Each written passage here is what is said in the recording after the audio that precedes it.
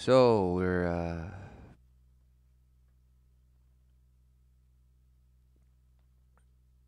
reading this, and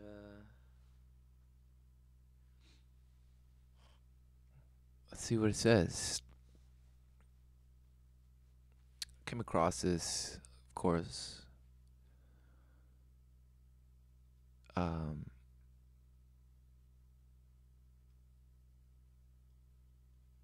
Caught my attention for some reason. I started reading it, and I thought I'd read it. Finished reading it while going through my take of it as I read it. So it starts off.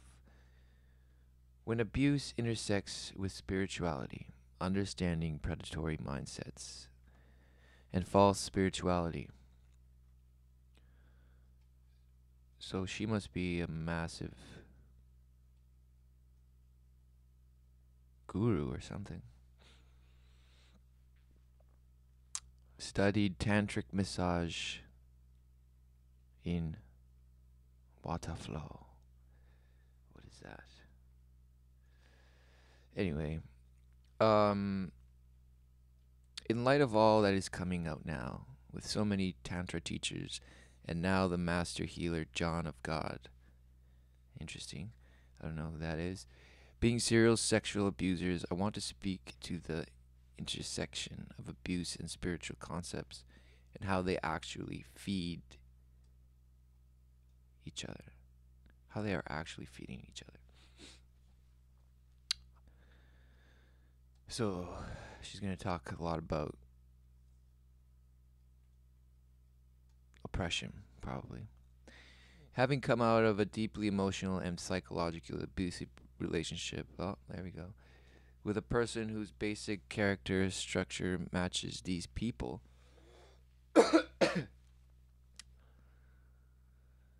I have gone deep into seeking to understand the dynamic at play. So you were attracted to it, and now you're coming out of it? Or you have something to say? Okay, let's move on. I've gone deep into seeking to understand the dynamics at play, wanting to know why he is the way he is and why and how I got myself into the mess.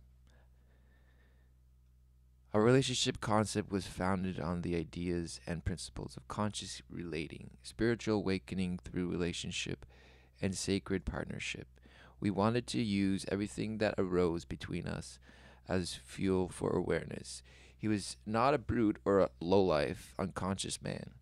He was deeply brilliant, self aware, on the path, and even works as a relationship coach and spiritual mentor. All right.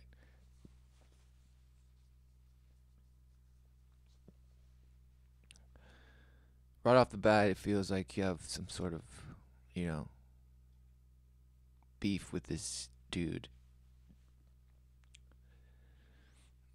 And sure, now you're saying of why and how it all happened, but you're really talking about why did you suffer? How and why did you suffer?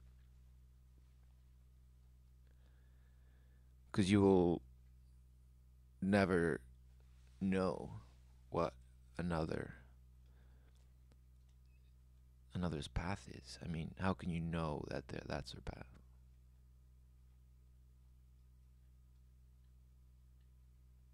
I could tell you, I could lie, right? People lie. And for many reasons, ultimately because they lie to themselves and they're convinced they're on a certain path. And others might go along with it, but if that individual is in a state of inauthenticity, of knowing thyself, meaning going along with the lie just because of your denial or even sense of illusory comfort that you have by what you surround yourself with. So this person probably got with this guy and thought there was an established comfort. Well, that's just denying um, the path, right? Once you think you got figured it out and all you need to do is just consciously communicate and, you know, seek higher awareness and all that stuff, like, you're done. You're duped. You've been duped.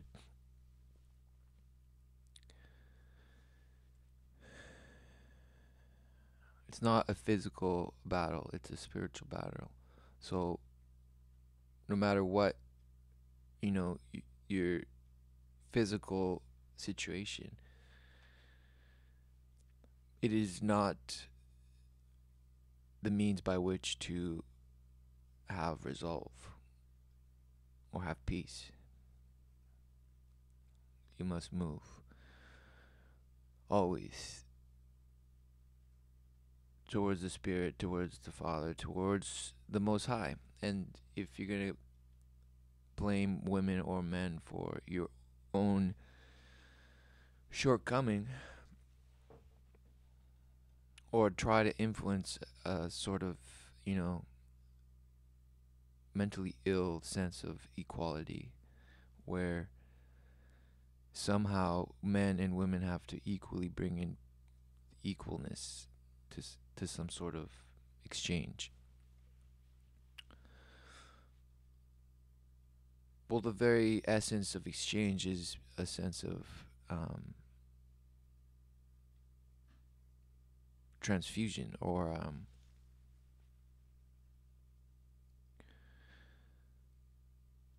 reconfiguration. And one cannot exist without the other. I mean, it's one and the same, yet they bring unequal parts. Okay, let's move on. This is a long one. Oh man. Okay.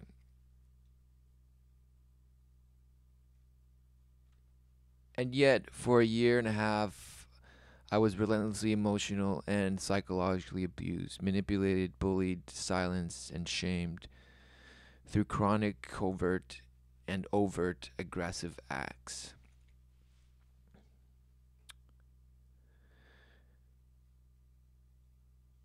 So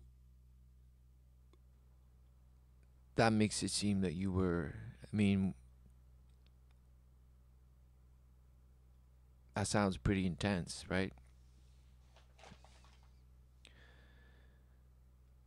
Emotionally and psychologically abused, manipulated, bullied, silenced, and shamed.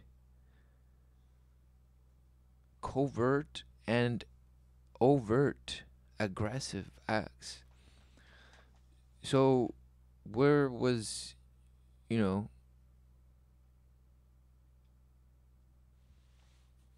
the rest of, the people in your life? Right? I mean, if this is as you describe it, are other people around you just as relentlessly bullied and silenced that they don't say anything? And I would say ultimately yes, perhaps, but not for the same reasons this person might say, as she'll probably describe. But there is a mass abuse, that we're exposed to from the day we were born. I mean, you're not born traumatized in a sense, in the practical sense. You could say, yeah, you're traumatized in the womb according to your mother's, emotions or spiritual state of being. Sure, I mean, you could argue for that, but I'm saying it's clear that any person experiencing so-called psychological problems is because of experience they had post birth, right? By the things that they saw or did or were exposed to, I mean, in the physical world.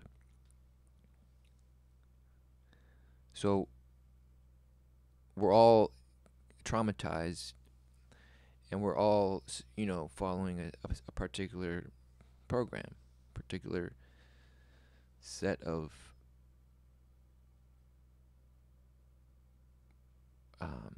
rules, essentially.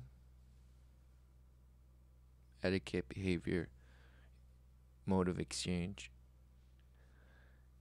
proper and improper thoughts and aspirations and reason for depression, right? But then there's tools for building a new life and whatnot. Anyway, this person is coming across, setting herself up as a victim here. Major wake up call for me, and major what the fuck is going on, especially as I see so many extreme reflections of these same dynamics coming out now in spiritual and tantric circles. Okay, this coming from a person that probably loves tantra, not because of its spiritual meaning. I mean, what I know of it is probably, this person would say, is minimal to what she may know, but it's clear to me that it has very powerful I mean, its source is the basal chakra, or the fire, this sexual energy of our bodies, and channeling that, right?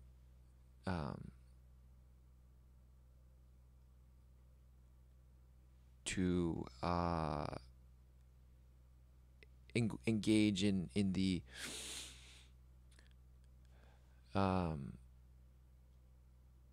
higher bodies, energetic bodies. Yet it's based around sex. I mean, it's very fleshly. It's a fleshly doctrine.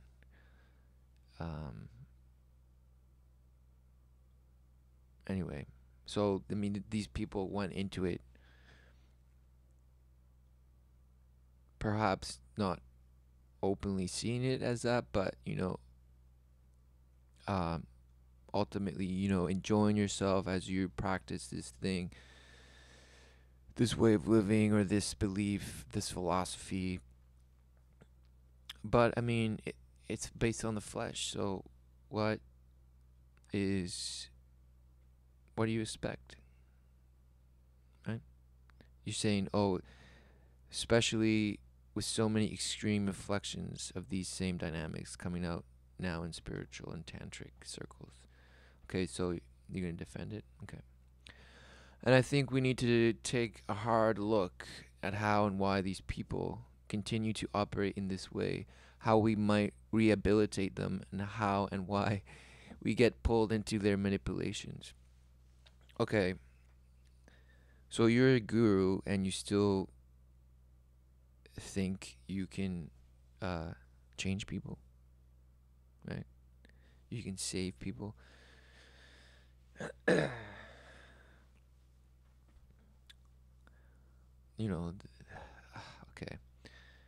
When abuse intersects with spirituality, it bumps up against all our spiritual ideas and how the world works and how people work, and it can get pretty confusing. In my own situation, I deepen my entrapment into the predatory game with my own misguided ideas about spirituality and how people work. So basically, you had no idea. Okay? That's what you're saying. And that is true. I would say a lot of people, if not most, have no idea what the world is, yet they love it so much and they can't get enough of it. And they want more. And it's their idol.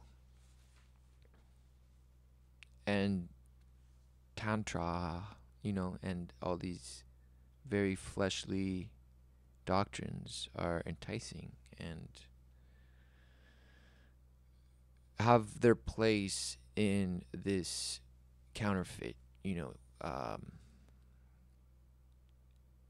state of existence based on a totally misguided and brainwashed, state of mind, ultimately state of being.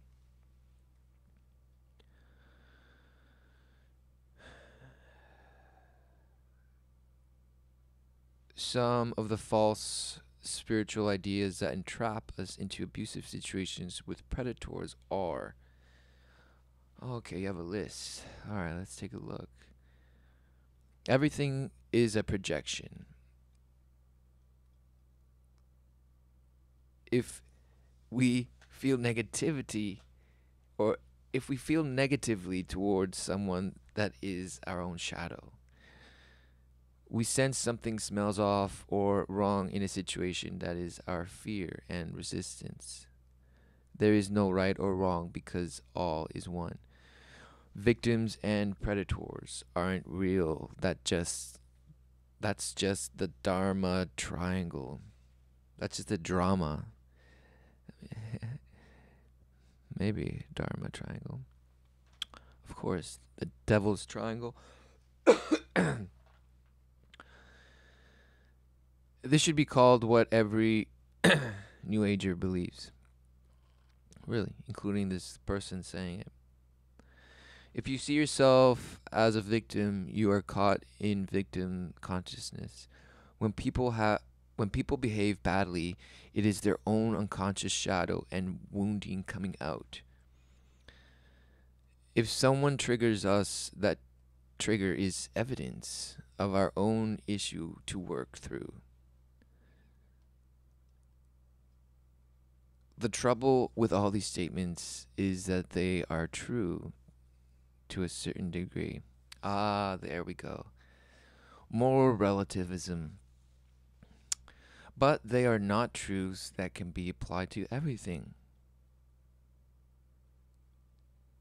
Okay? And this is part of the trap that New Age pop spirituality has fallen into. So you're outside of this New Age pop spirituality. Okay, I get it. It takes profound spiritual truths and then twists them and applies them incorrectly. And I guess you're going to tell us how we're going to apply them correctly.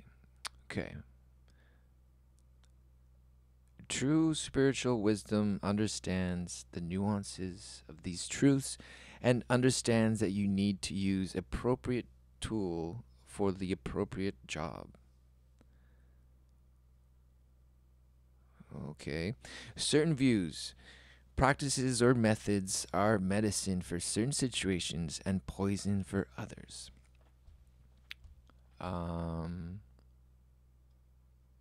Pretty sure that's not the definition of medicine. If you take a medicine that makes you sick, well,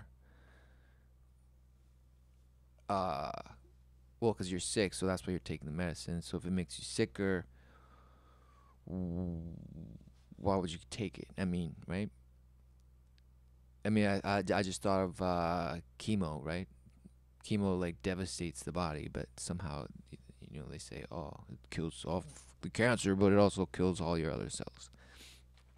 I mean, there are many other ways that people have overcome cancer. Chemo's just the one that we're feared into doing. when at first glance and at, most, I would say, in a sensible way, it's deplorable. I mean, it's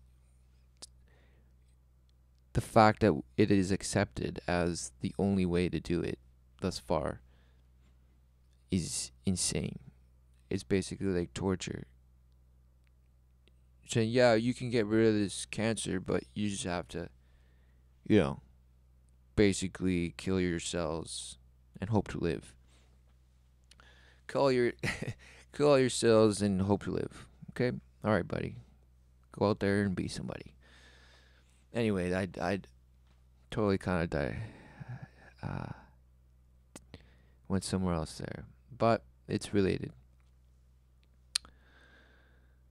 Right, so it's talking about nuances and all this stuff. What are you talking about?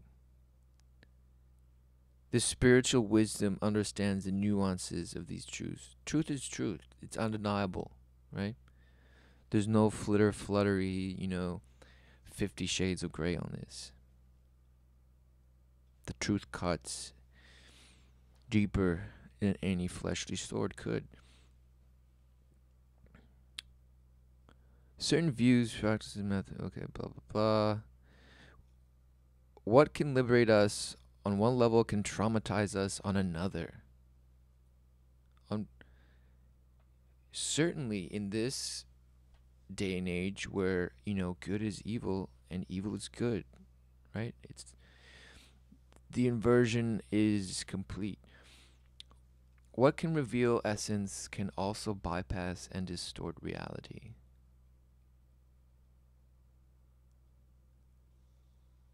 Right. What's this person on? We need to be discerning in our understanding of spiritual truths and not fall into the trap of making them catch alls or platitudes. To do so keeps us in a labyrinth of lies rather than wake us up into the real. Oh, into the real. A predator throws the wrench in all our spiritual concepts about how the world and the people in it operate. It scrambles the circuits.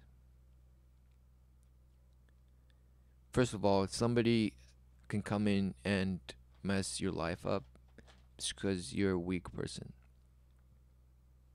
Meaning, you don't know the difference between right and wrong. You love the lie more than you love truth. You have no self-respect. And you seek to make your life better than others. Even though, of course, you subscribe to altruism and humanitarianism and all these isms, but you're weak and you're hollow inside. That's why you need the counterfeit world that you love so much that you will die for it.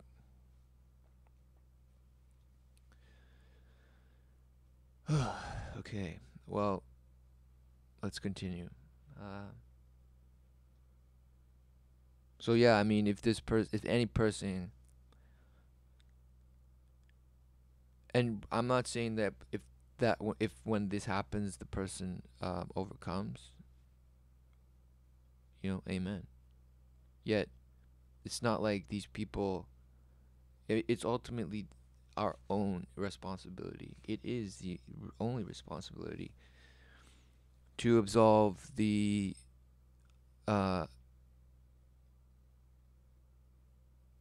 defiance to life, right? In attempts to create some sort of fallacy. And every step of the way, life has a way to show us, everything. And of course, we are the ones that then bring into our lives that which we ultimately worship. So, of course, we are worshippers. We're a death cult, right? So, we open our lives to all sorts of predatory, abusers. And, of course, that's the reality of this realm.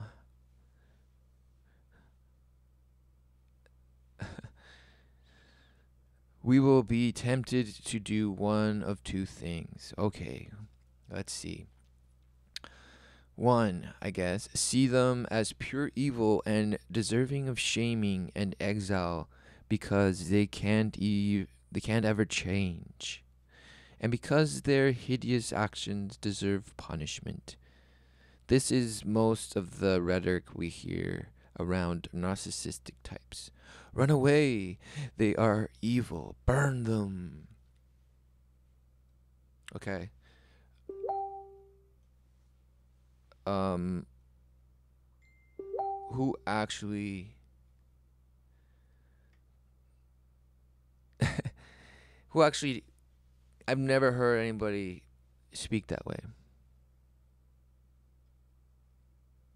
And even if they did, uh I'll probably think it's hilarious. But I would see what they're saying. I mean, you could say the same way, same thing in another way, but it might take away the meaning. What you're trying to say is very, blunt, and I get it. But usually people aren't that forward, and they beat around the bush, which is the actual labyrinth that you were talking about earlier. Um, or see them as people who are simply wounded and need love and support to rehabilitate.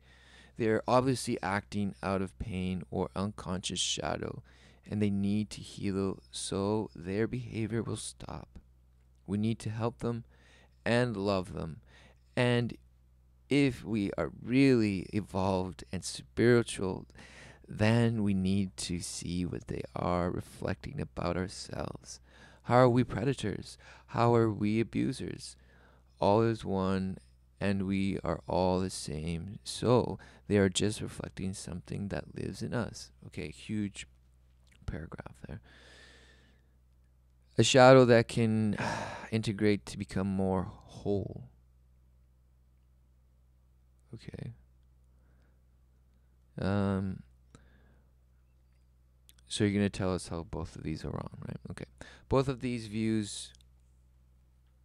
viewpoints can feel intensely unsatisfying, especially if you have been a victim of or in a relationship with someone who exhibits predatory abusive behavior like I have.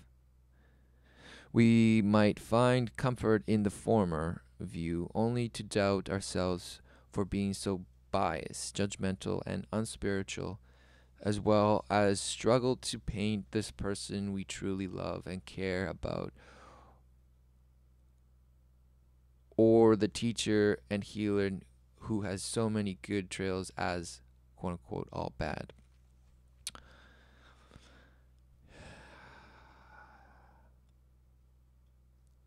Oh man, all sorts of virtue signaling here. Whoa.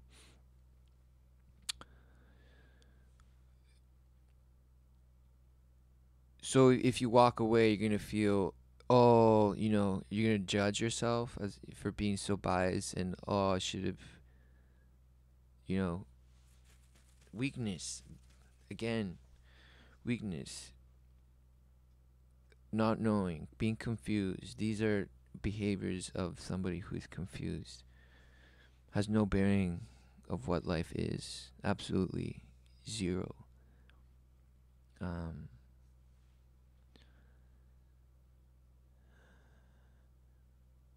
okay. We may try to make sense of things using the latter view, only to find ourselves trapped in a confusing minefield where our deep instincts and intuitions are not matching the stories being fed or the methods being applied.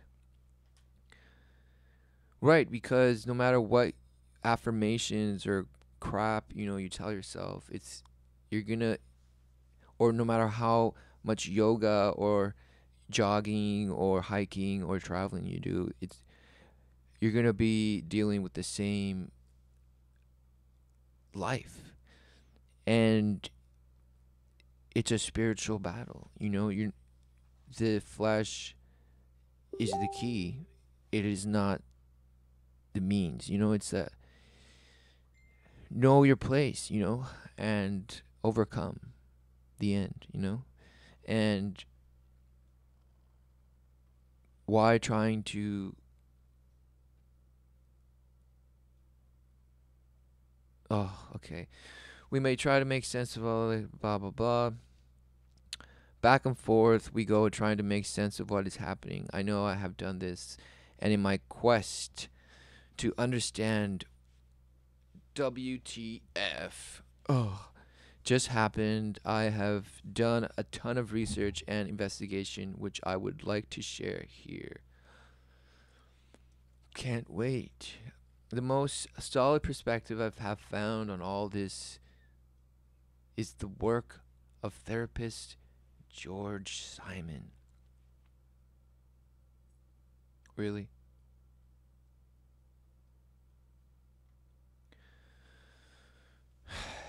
I thought you were going to talk about your personal reflections, okay? Your investigation, right? Not give us some parroting from probably some guru. I don't know who this person is.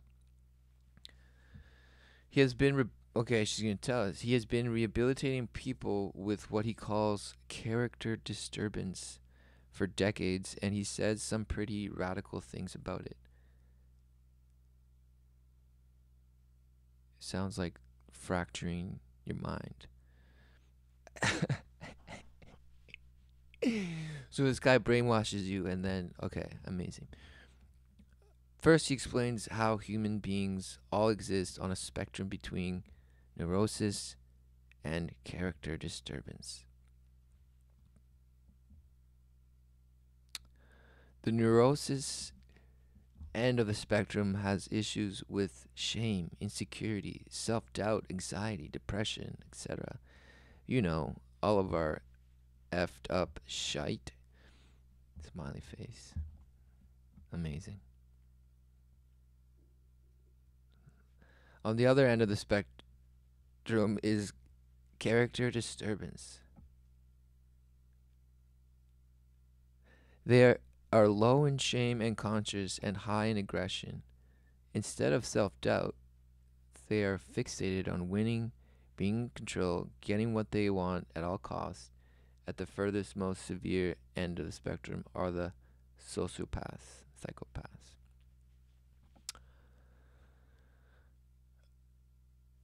So basically, all beings exist on a spectrum between neurosis and character disturbance, and neurosis is all the effed up stuff, and on the other stuff is other effed up. Like on the other side is sociopaths and psychopaths.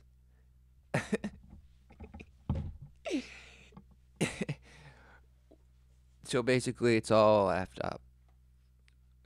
We're on a spectrum of all effed up. Well, I don't know if I understood it correctly, but I would say that, yeah, I mean, the human race is under a mass delusion. That is the ultimate neurosis. I mean, you don't need any further breakdown, right? I mean, you can see any study that shows a victim of abuse, for example, and how, yeah, they'll believe anything as after a while, right? Just so they don't continue feeling that either uncomfort or that discomfort or whatever trauma, right? That is a character disturbance. Splitting of mind, thinking you can be anything. Right? That's totally the opposite of knowing your place. All right.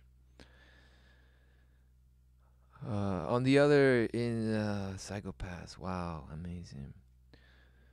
What Simon says about rehabilitating these characters is fascinating. Oh, I bet. He says that because most people fall more on the neurotic side, and because we as neurotic people want to assume that people are basically good, we have attempted to fix these character disordered people using the same logic and methods that we use to heal neurotics. Um, okay, this all goes back to moral relativism, okay? Has nothing to do with what this idiot Simon says, right? I mean, it's hilarious. Simon says, jump off the cliff, and these people are all like, yeah.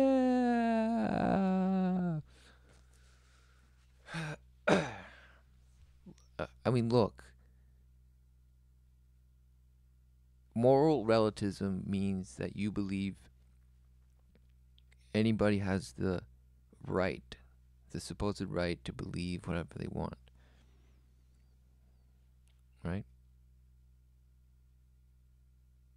So now here's a problem. That is not synonymous with peace, right? Because people can do whatever they want based on the beliefs that they have, but that doesn't satisfy the ideal of peace. Um, so that is, cold as ice. It's cold as ice. You can see how people ultimately are bankrupt morally because they have subscribed to this moral relativism. They might feel they are moral people, and they might be totally decent people. Yet the belief that that anybody, that it's almost like a free for all. Like, how can a free for all truly mean harmony? It doesn't. Everything in your body, every cell has function, and it's not a free for all. You can look at its individual parts and say, oh yeah, they're independent from each other, but no. So as a as a living representative, right, in the flesh, how can you say that namely the flesh can do whatever it wants without affecting another, or the life's um, life, without affecting life, the end. I mean, look at yourself as an innocent child, and everything you're exposed to is that sense of um, exchange. What is it that you witness? What is the witnessing, and the how do you forgive? Because it's all about forgiveness. If you can't forgive, then you have nothing. You can say you have love, but you have no love.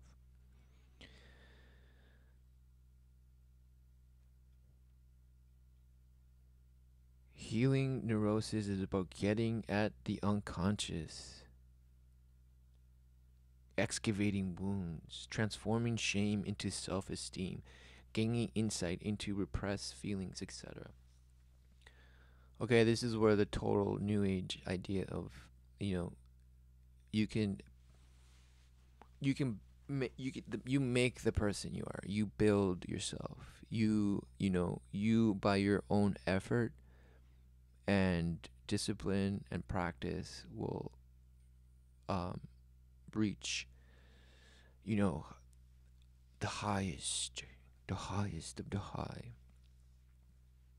And that's a total lie. you know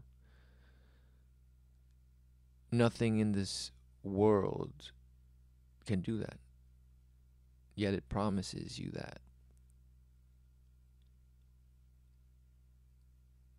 And so, do you believe it or not?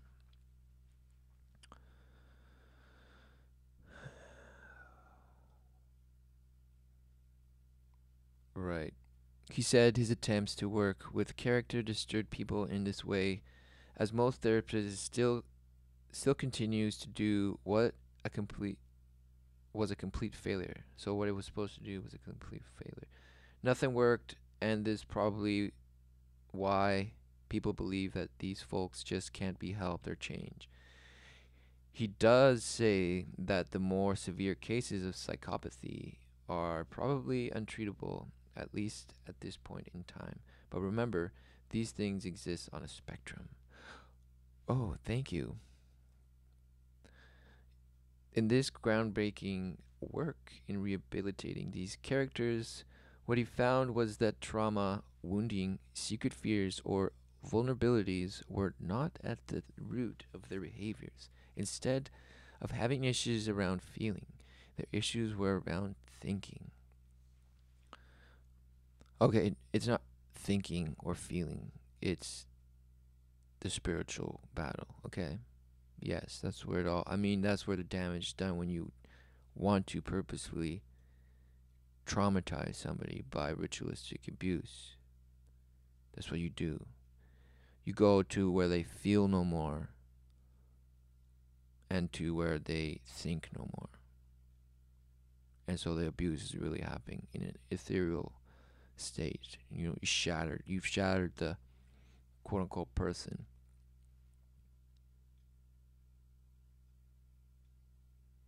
And this is not a, this is not a freak accident that just happens, here and there. You know, this is a state of mind that people have subscribed to based on moral relativism. I mean,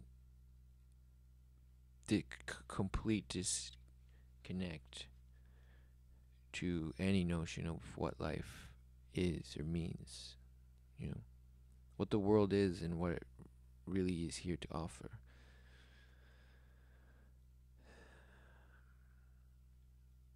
A kind of hardwired entitlement and addiction to getting what they all want costs. What? Right. Rehab only started to be effective when he got these folks to experience healthy shame and guilt for their behaviors. Healthy shame. Oh, I like how she used that because I'm sure that people that go on the slut walk would have a hissy fit if you gave them some healthy shaming, and guilt for their behaviors. When they realized they didn't like who they had become and wanted to be people of integrity more than they wanted to dominate. That's called humbling, okay? When you are humbled, which can happen more than one time in a lifetime. I mean, it's a constant. You are in the image of your creator, right? I mean, that's enough to humble you every day. Yet we think ourselves bigger than ourselves every day. I'm a new person every day. I'm better than I was yesterday. All this nonsense. His approach is tough, direct, confrontational, and crosses many traditional therapeutic lines. Oh, does he have sex with them too? Does he practice tantra? Oh, it's not really sex because you don't orgasm. Oh, I get it. Whereas regular therapy, which is designed to treat neurotics, is very careful not to judge a client or have them feel toxic shame. Oh, he is direct in pointing out the truth of what they do and the lack of character in their actions. Give them a good spanking. Whereas typically therapy acts on the principle of listening to everything the client says. When he feels them begin to manipulate, he stops them dead on with hard boundaries.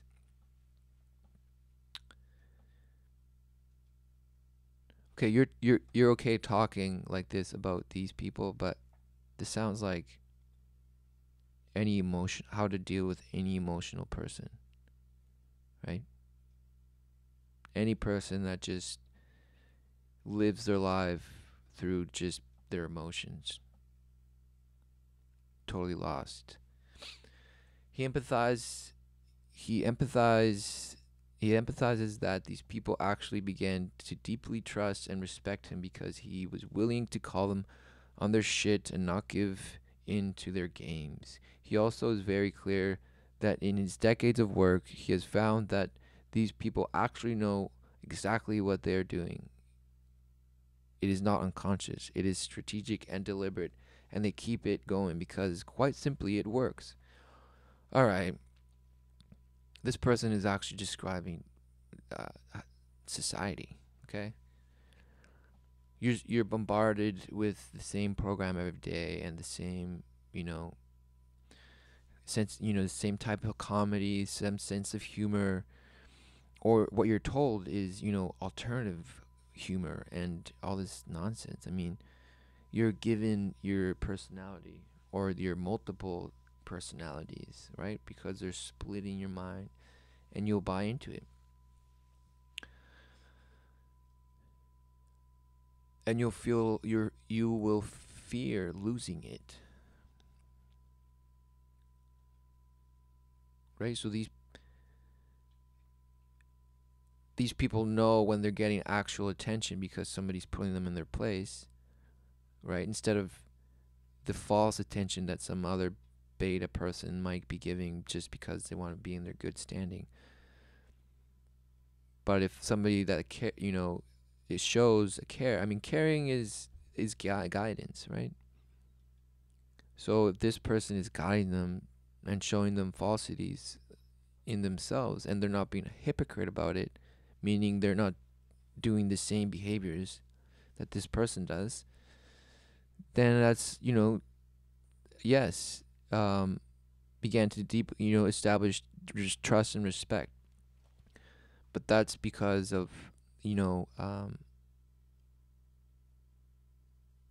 a guiding aspect, right? Because I don't know the other methods, but if there's any, um, you know, they call it healthy shaming, but I mean, where do you draw the line, right? What is that? Shame is shame. I mean, in the sense of, when you're doing something wrong, and then you can excuse it all you want and say shaming is bad, but I mean, shame exists. You don't have to have the word for it, but it exists. It's called repenting. Admittance of wrongdoing. You know,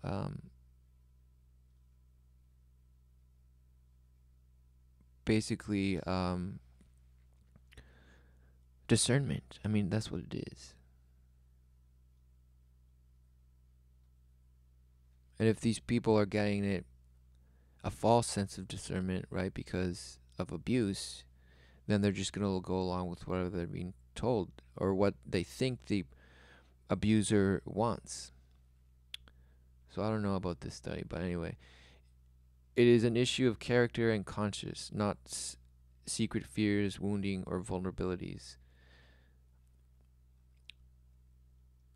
Right? She says conscious, but I mean, that's like analog. Okay, conscious has become a word, even in its esoteric meaning. It's nonsense. With science, you know. Okay, it's life, the way, and the truth. Okay, it's about that. It's not about how many wizard levels you can get to or how many chakras you can open. Right? I mean, if you even believe in a visible realm, like what? There's no discernment between, right? The life, the source, right? Somehow, like, man has the ability, right, to unlock these somehow, right? And it's been a secret the whole time. I mean, come on, it's nonsense.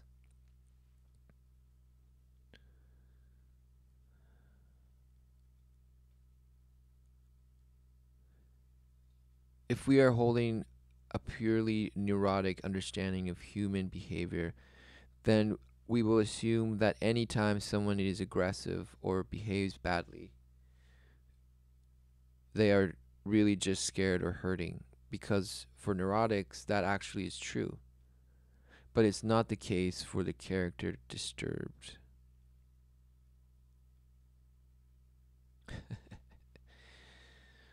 So this person trying to make a distinction between the quote unquote mentally ill, that oh there's good mentally ill and oh there's bad mentally ill. What is this person talking about? So why is it important? Why is all this important? Oh, it may sound like I'm trying to make a case for helping and healing these people, and that is part of it. But more so, I'm wanting to convey my understanding of how we are likely to fall into their traps. Okay, so you want to help them, but you also want to warn us, right? We put ourselves in danger when we think that we need to love these people. You just said we need to. Into connection with their own tender vulnerabilities and wounds, as though this will be the answer to change their behavior. Okay. Oh, actually, you gave it as an example, as a either or, but I mean,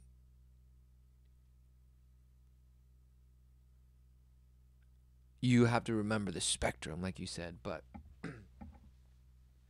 ultimately, you believe in the trap that is, all they need is, the right conditioning around them and, you know, communication, and they will overcome. No. If they haven't, been humbled by the Spirit and haven't, accepted that life in that way, in that path, then that's their choice, right? You're not going to change them. No fleshly utopia or center or experts will um,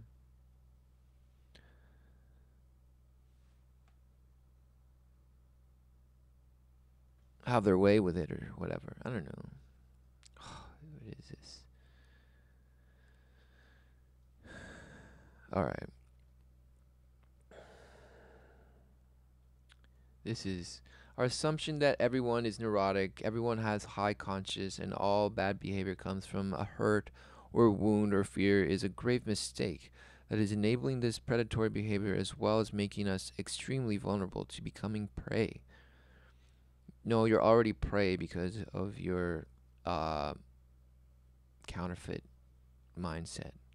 Predator mindsets know that people of high conscience want to believe everyone is doing their best and has good intentions, and they will use this as part of their manipulation. Okay, you just said complete nonsense, okay? Because, first of all, people of high conscience, what does that even mean? Right? High conscience. So, somebody, I mean, a person of quote unquote high conscience could take advantage of another person of high conscience, right? Has nothing to do with your high conscience. What is? It's just you thought somebody was attractive and hot and all this stuff. You got involved, and then you became a further part of the lie that you already believed in the first place. Okay? Because no one is innocent in all this. Okay? No one is innocent, meaning no one is unaware of what their life is. Okay? You can think you have control of your life and what you're doing and all this kind of stuff. And then the minute that you don't have control anymore, you call it, being a victim to predators and all this stuff. It's like, okay, I don't know. But maybe you just didn't know what life is or was and what you're doing, right? Nobody taught us these things, and that's what I would agree. What she's pointing out is people do not know how to uh, deny the temptation of the world, the promises of the world. Okay. In short, they are playing a totally different game. Really? So they were playing a totally different game, yet got in your circle. Okay? That means it's the same game. And if we assume we are all playing the same game, yes, and are all basically wired the same way, we are enabling the and perpetuating abuse. You are right. We are perpetuating abuse. Okay? There's no the idea of the rape culture, the abuse culture is not what people think. Immediately you think of, oh, um, all these organizations supporting women, but all the notions of stealing beauty, stealing innocence, stealing virginity, that is the ultimate evil, right? And the ultimate evil is taking it away from the life that is coming in, the children. And by association, we all support it because that is ultimately at what's at stake here. Our children are the ones spilling their blood so that this nonsense and this counterfeit continues, right? That's the only way it can. If not, if the bloodshed would stop, there would be a complete exposure of the darkness. But people want to just point fingers and keep blaming each other, not knowing that the manipulation is a spiritual one. It's a spiritual battle. And you're a sitting duck if you think you have control of your life. I've actually started to consider that all those false spiritual narratives I named earlier have been specifically exploited and perpetuated by predator types in order to keep their game running. Oh, I missed this. We need to understand how these characters work, what tactics they use, so that we can keep ourselves safe as well as hopefully find ways to rehabilitate the ones that we can. So triage, right? You're gonna, oh, thank goodness for you, You're gonna go out there and try to save all these people, right? I've actually started to consider that all those false, okay, blah, blah, blah. Maybe you've been in situations like me, or maybe you're just hearing a lot of stories and trying to make sense of it. But try for a moment to imagine that you are engaging with a person who is 1. Low conscience. 2. High aggression. Can be covert aggression. 3. High sense of entitlement. 4. High need to maintain the upper hand. 5. Chronically manipulative in overt and subtle ways. Okay. And now imagine that that person also is a brilliant spiritual teacher or someone who is on the path, doing the work, and seems completely committed to the path of healing or awakening. Well, then they're not on the path.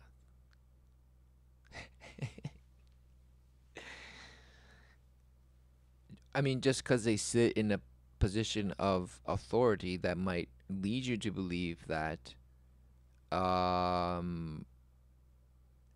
then you're the fool, right?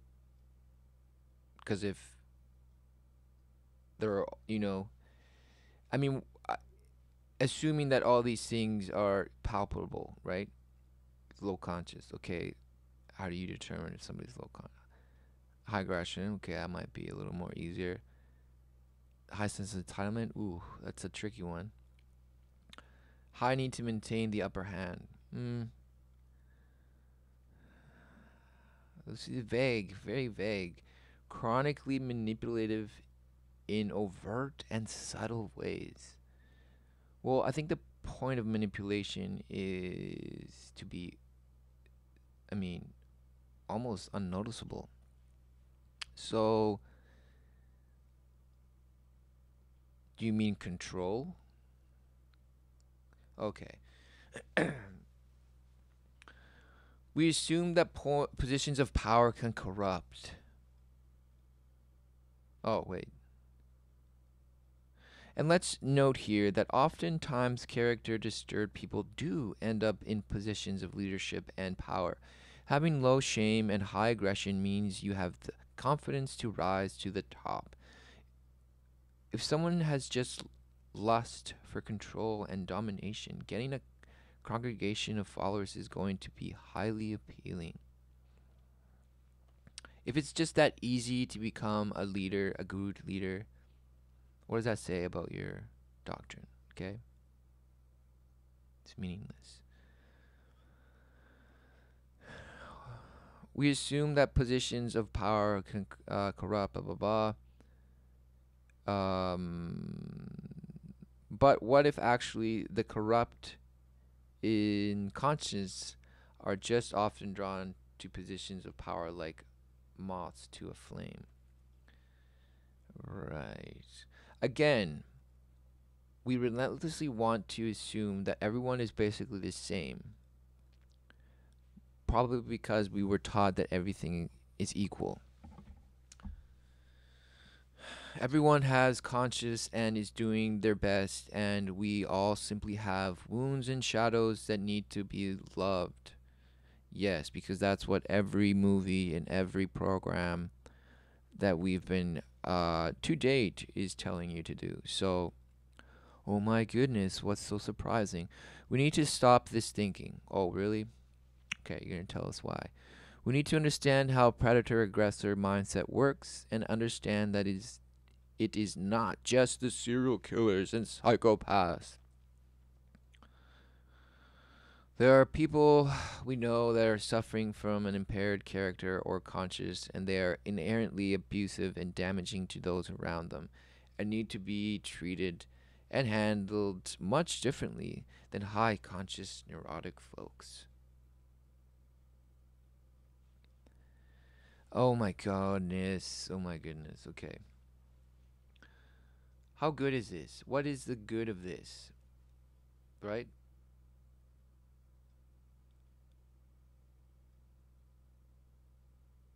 High conscious neurotic folks. Okay. So I digress. Back to my example. Imagine you're okay, again. You wouldn't classify them in this way, but this is the truth of what's going on with them. All you know is very brilliant, wonderful spiritual person on the path of awakening and healing, yet you have this unshakable sense that you are being played and controlled. Well, then get the hell out of there, right? Something feels very off. You feel badly about yourself in their presence and like you are being dominated and put down. Just in their presence, okay? All right. What they say and how they show up in embodied reality are very different because you are a high conscious person who assumes the same of others. No, you're just a brainwashed fool. You try to stay in your lane and process this as your own issue, okay? Yet something weird persists. Okay, that just sounds like a person that's, in a dazed state, you know? They can see the doorway, up ahead, but they're too, they can't really make it out.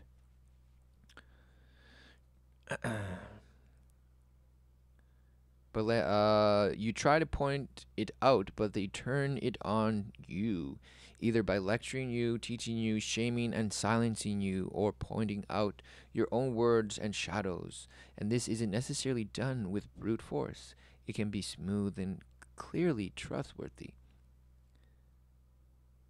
and cleverly trustworthy. Okay, what they may what they say makes sense, makes a lot of sense actually, and so you're inclined to go along with it because naturally you believe they have conscience and are being honest and forthright to be the best of their abilities. To the best of their abilities. Okay. Oh my goodness, it goes on. Oh no, no,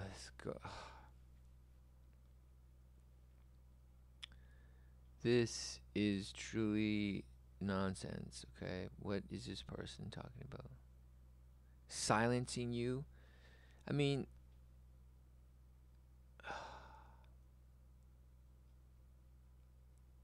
it's just a weak person, okay? And I'm not saying it's okay to do I mean, it's just what it is.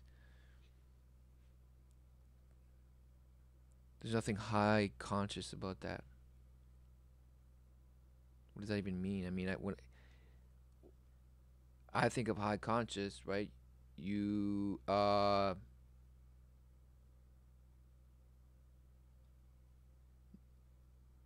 number one, you wouldn't even call them. Why would you call somebody, oh, I trusted you, you're a person of high consciousness? No, you're misled by their position of authority. That's it. Or by how many followers they have, on YouTube, or by, you know, the people that surround them, or the people that, or how they make you feel, right? Because all this may be true about this, cleverly trustworthy comments, but ultimately, you're the one just eating it all, eating it all. So really, there's nobody else to blame. Okay, these people are just liars, but then you're the one believing the lie. So you can't just say, "Oh well, they made the lie look so good." Okay.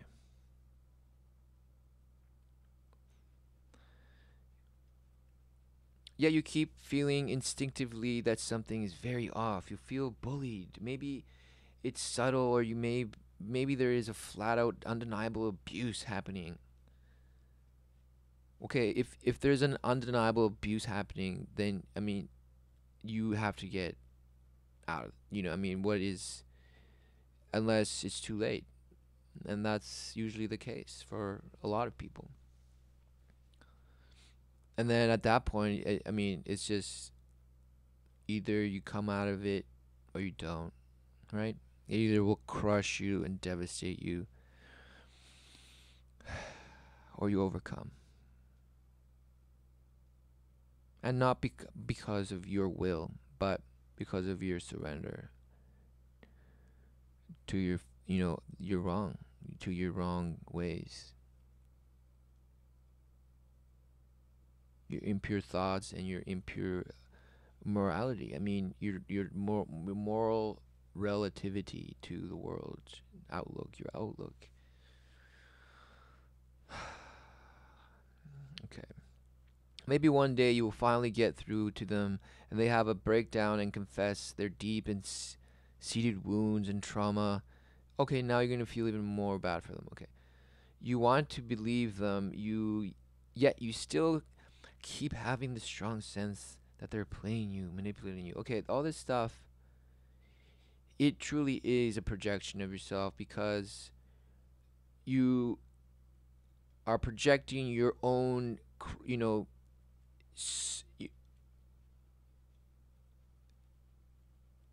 defiled mind, right? And you see this person outside of you and you think somehow you are above them and that you should be above and be able to see through them, but you don't, and you go along with it because fine, this person might be a predator or a liar or whatever, but you have gone through it all. I mean, if you noticed from the first and then you kept going and then you're like, oh, but you still have this thing. Oh, it's just won't go away. It's like, well, and any other person, might just be another member of this, cult or whatever.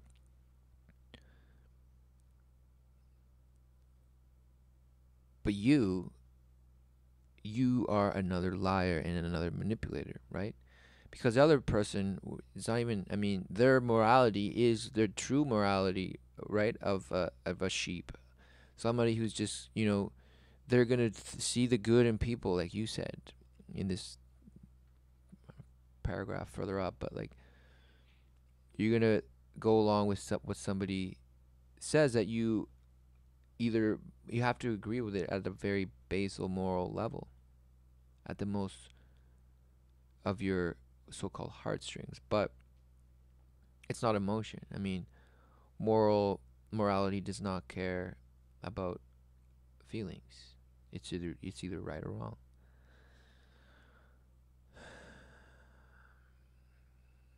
So this person has gone along with, and this person is a liar, and she sees a liar because she sees the. I mean, you don't have to be a liar to be able to see the lie, but in this case, a person that sees a lie walks away, right? Or that identifies it, right? Otherwise, you're just another manipulator, right? Because despite the lie, you're going to try and maneuver through it, right? Or call it out and still try to, make this person see their wrongdoing, or but that's not a man's duty, in the sense of, you might do it the first time you catch it and that be the end of it, right? You don't need to have that be constantly surrounding you in order to make it so. All right. Despite their insights to you into the behavior, they don't change. In fact, the more you accommodate and try to help them, the worse it gets. You put out a boundary, blah, blah, blah. Basically, you're just creating a soap opera, blah, blah, blah. As a person committed to doing your work, you go into your spiritual toolkit and you take out these ideas to try to make sense of what is happening. Everything is a projection. If we feel negatively towards others, blah, blah, blah. Okay, the same stuff. This is the brainwashing that these people believe. Even the person writing this, okay? Because they believe in moral relativism in the end. Can you see how, in dealing with character disturbed persons, of all these ideas would entrap you into complete mind fuck and make you available to be abused? Can you see how character disturbed people would use these concepts to further manipulate and abuse? Let me break it down. Everything is a projection. While it is true that we project unconscious fears and disown parts onto other, we also have the abilities of insight, instinct, and intuition that can feel and sense when somebody is being manipulative and aggressive, and it is aggressing us, and it is very, very real. Really? Thanks for telling us the obvious about what reality is. And let's be clear that while, yes, it is true that we all have our own expressions of aggression and perpetuation to examine, this is not the same as pathological and chronic fixation.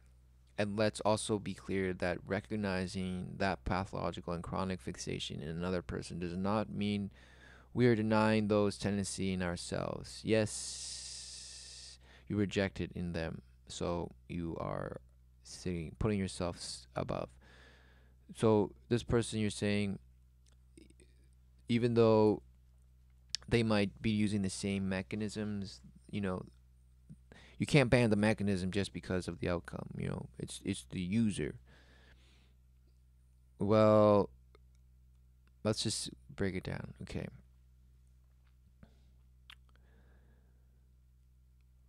She says, and let's also be clear that recognizing that pathological and chronic fixation in another person does not mean right? We are denying those tendencies in ourselves. So just because you can see it doesn't mean you have it in yourself. No, it exactly means that. However, it only has impact if you are not a hypocrite, thus not taking part in those tendencies. If you're just going and doing the same things that you're calling out, then you're a hypocrite. Owning our wholeness, yes. Having discernment to understand distinctions and difference essential. Right. If we feel negatively towards someone that is our own shadow, again, while it's true that our yucky feelings of judgment about someone are oftentimes a reflection of something we don't want to own in ourselves, shadow, is also true that when someone is aggressing, manipulating, or trying to maintain the one up position over us feels gross inside, and this is our own wise intuition altering us that something is off. Okay, no.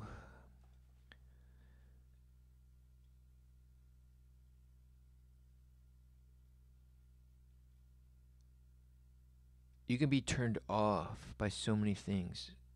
Mostly it has to do with attraction, physical attraction, okay? Something physically attractive that put you off of something. Something physical, right? In experience, not because you can say, "Oh, I think this," but then it's either in alignment with what you said it was, or in not alignment. So,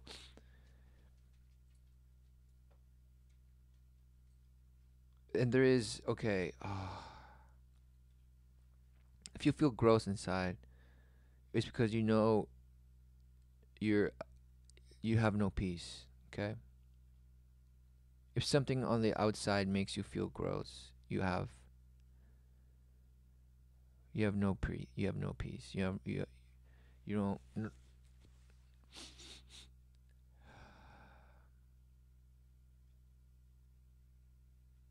If you feel gross inside, I mean, there's difference to be like to see know something to be um aberrant, deplorable. But to feel gross inside, okay, that just speaks trauma inside of that person. So if you see something negatively in someone else, fine. Again, as long as you're not being a hypocrite about it, it has it has power. Otherwise, you're just calling out, you know, exactly what that statement says. It is your shadow. You haven't faced it, but you will point it out in somebody else and make it the target. Okay.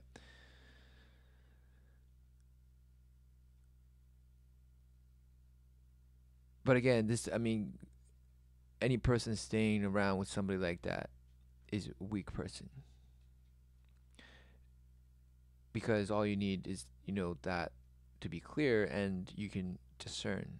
Otherwise, it's willful destruction. If we sense something smells off or wrong in a situation, that is our fear and resistance. Um, I mean, this is so stupid, right? This is where the New Age is based on. It's based on fear and resistance. You think you are the resistance based on your fear of the world in a way. Fear of others, really, because you don't feel the world, you love the world. Fear and resistance is the appropriate response to predatory behavior,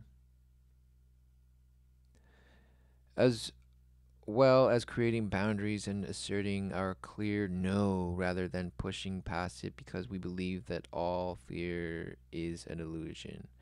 Fear is something good and real and necessary to keep ourselves safe. Oh, Yeah, if you believe in yourself. Yeah, you prove that you believe in yourself. Of course you do. There is no right or wrong because all is one. Some things actually are wrong, and we need to accept that soberly and clearly.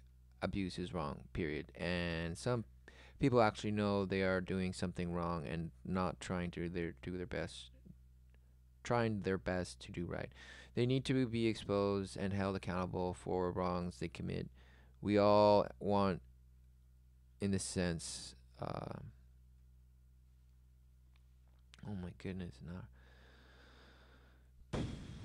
we are all one in the sense, and we also need to appropriately engage duality and draw a line between what is acceptable and what is not, as well as what is me, not me.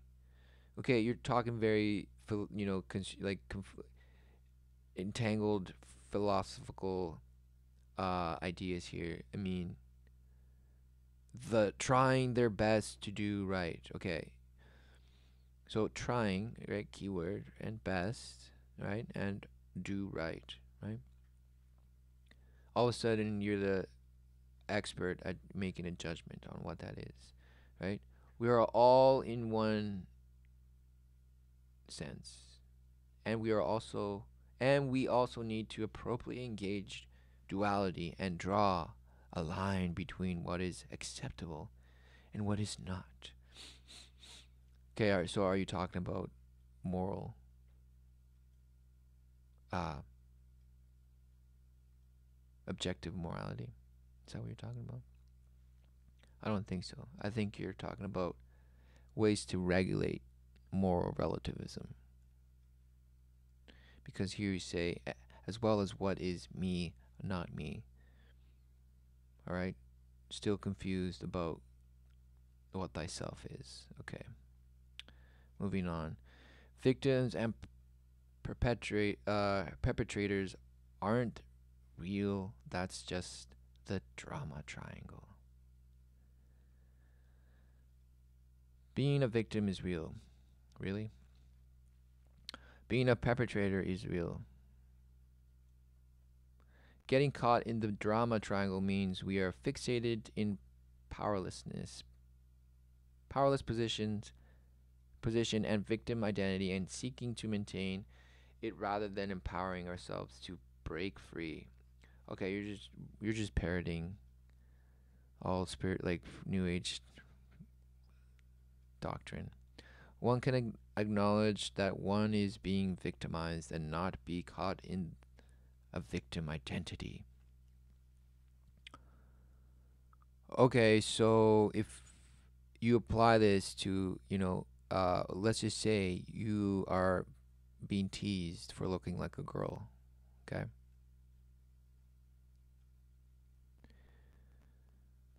And then you end up believing that you're a girl. So, or it's easier to just go along, with being a girl. So, did you get caught in the victim identity, or did you overcome that? This twisted logic of the illusion of victimhood is actually further traumatizing to victims of abuse. We need to see the reality of victim and perpetrators soberly and factually. Victims need to get empowered to set boundaries or get the F away from the perpetrator. Perpetrator. Oh, the perpetrator. The perpetrator needs to get empowered to fully admit their wrongdoings and change their behavior. This is not an illusion. Okay, basically, they both need to admit they're wrong, be humble. Okay? None of this nonsense about, oh, victim based reality, right? The only experiencer is the human, so it's the default, right? You're not the victim. You're the only. We are the life. Okay, the life is here right now. It's not the power now. It's the the ordination of this realm. Okay. Oh, okay. the perpetrator needs to get empowered, blah, blah, blah. If you see yourself as a victim, you are caught in victim consciousness. Absolutely. It's not real. It's an illusion, okay? It is. Victims, you can say, oh, you. That's why it is an illusion, right? Because we're all victims to, for example, mass slavery, right? But you don't experience it on the daily, right? So somebody that experiences on the daily, say, getting smashed in the face, right, by an abusive partner, whatever. That is, yeah, it's being the receiver of aggression, okay? But there is agreeing parties to that, right? So it's a dynamic, right? And it's role playing, right? So it's not that there's a perpetrator and the victim. It's a sickness. It's evil. That's what the devil, the children of the devil. Okay, that's what they do.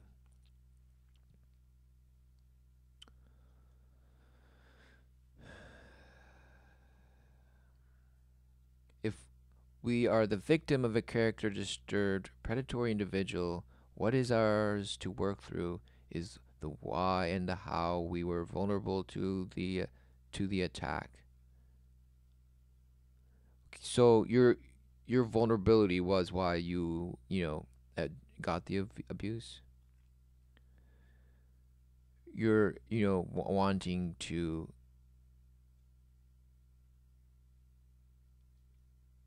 Oh, that's the why and the how. Okay, because of the victim.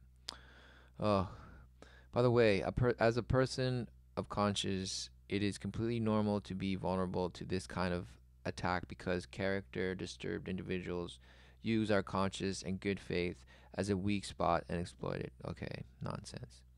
You're just dumb. Okay. Or you regret it and now you want to rationalize it out without you coming across as having any responsibility in it. Nonetheless, understanding our weak spots and vulnerabilities to where we can be hooked and manipulated is the part that is our work to do. But the fact remains that their triggering us is nothing but evidence of their aggression, abuse, and manipulation. In essence, what they are doing is absolutely real, and the impact on us is not evidence of our own deep seated issue. It is the normal human response to being abused. Let me repeat that. It is normal and to be expected that when someone is chronically abusing, manipulating, and aggression, you feel it. You aggressing you, it feels like shit. Wow. You know what else feels like shit? You abusing yourself by believing this stuff.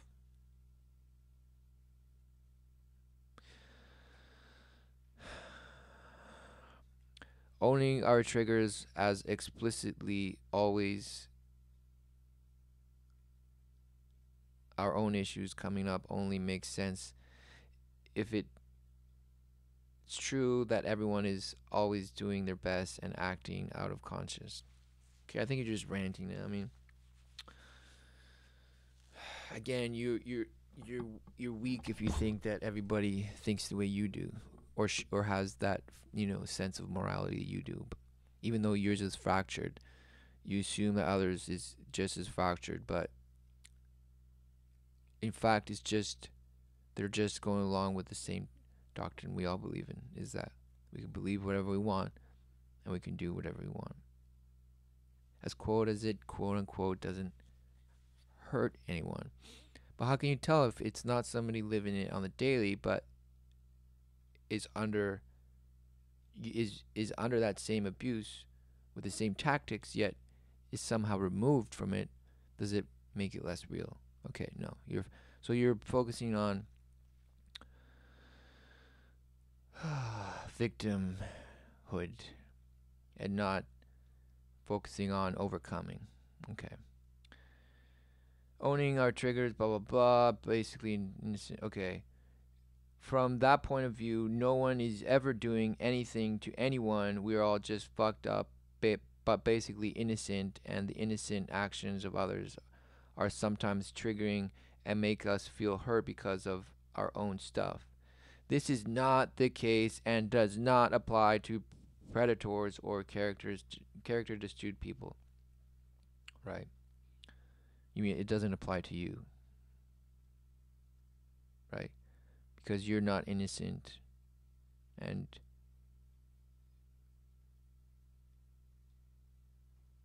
you get triggered. So you're not innocent. They absolutely are doing things to people as that is the essence of chronic aggressive behavior. We have chronic choice to set boundaries, though they are usually hellbent on ignoring and trampling boundaries. We have the choice to walk away. We have the choice in being wise about engaging with them. But the triggering we experience from receiving their tactics is a completely normal human response to being abused. It is designed to be triggering. No, that means that you just don't, that you get offended by things that you don't believe. We need new protocol for how we handle and deal with these character types, and we need new spiritual rhetoric for how we engage with them, both in the relating to them and in our own internal process. Okay, so we need new brainwashing techniques. Okay, predatory aggressors wreak havoc on those around them. It's that simple. You mean people that believe in this nonsense new religion? Yeah. On self-betterment and self-empowerment. Oh, okay. It's sad. Some people are shocked that these behaviors would coincide with spiritual healing, awakening communities, but actually all of our false spiritual concepts are perfect atmosphere for these and these behaviors to continue because the false spiritual concepts are used and exploited to maintain control and manipulation. We also gaslight ourselves into staying in an abusive environment with these false spiritual concepts. Some people are shocked in that someone could be so wise and deep and spiritual, be such a profoundly good teacher or healer, and still be abusive.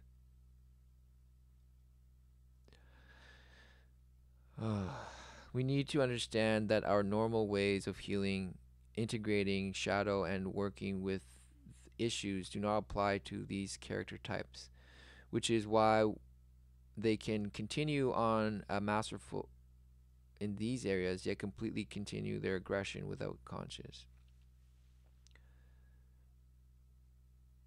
Right. So you're just excusing why it can happen, so they can continue having positions of authority while not applying those character types. Right. So lying, basically. You're basically saying, oh, liars exist. Thanks for the obvious. People can have wonderful traits and still have a disturbance of character that impairs their conscience and amplifies their aggression. Oh, it's a matter of conscience and character, not wounding or shadow. Listen, you bring out your shadow through your wounding, okay? You become your darkness through the bullshit that you've allowed yourself to witness and experience, and then turn that into some sort of, you know, self patted on the back, trial and tribulation to, rise above because of your own effort and commitment and discipline. It's just sad, right? Because no conscience or character, right, will give you any sense of fulfillment. Because a person that has zero fulfillment will say that they are a person of character and conscience. Okay, so it's meaningless. It's a spiritual battle, absolutely, and the commitment to humbling under the life giver on the way back home. I have hope this writing can support those who have been victimized as well as help us all waking up in the reality that these types of present us. What? Waking up to the reality that these types present us with so. What? Man, this person is off the hook. That we can stay safe from their abuse as well as perform one day, find real. Perhaps one day find real ways to deal with them, stop their behavior, and maybe, just maybe, even help them to change. Amazing. Stop their behavior. Okay, you. It's gonna come down to line them up and far away, right? You that's. Oh no, you have to change them, right? This is where all the brainwashing coming into how to eliminate, right? Those who don't go along with whatever you're creating to come across as the more superior, um, higher conscience, higher conscience solutions. Okay.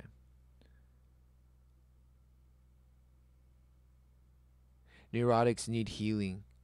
Character disturbed people need serious intervention and a total re- restructuring of how they think about themselves and the world.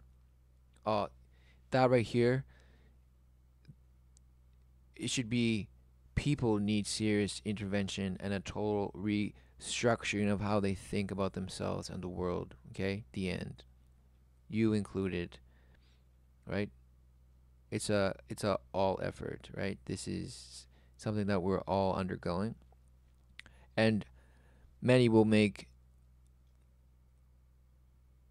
a choice that is not what you will make, but in the end, it is the only choice to make. All right. Thanks for listening.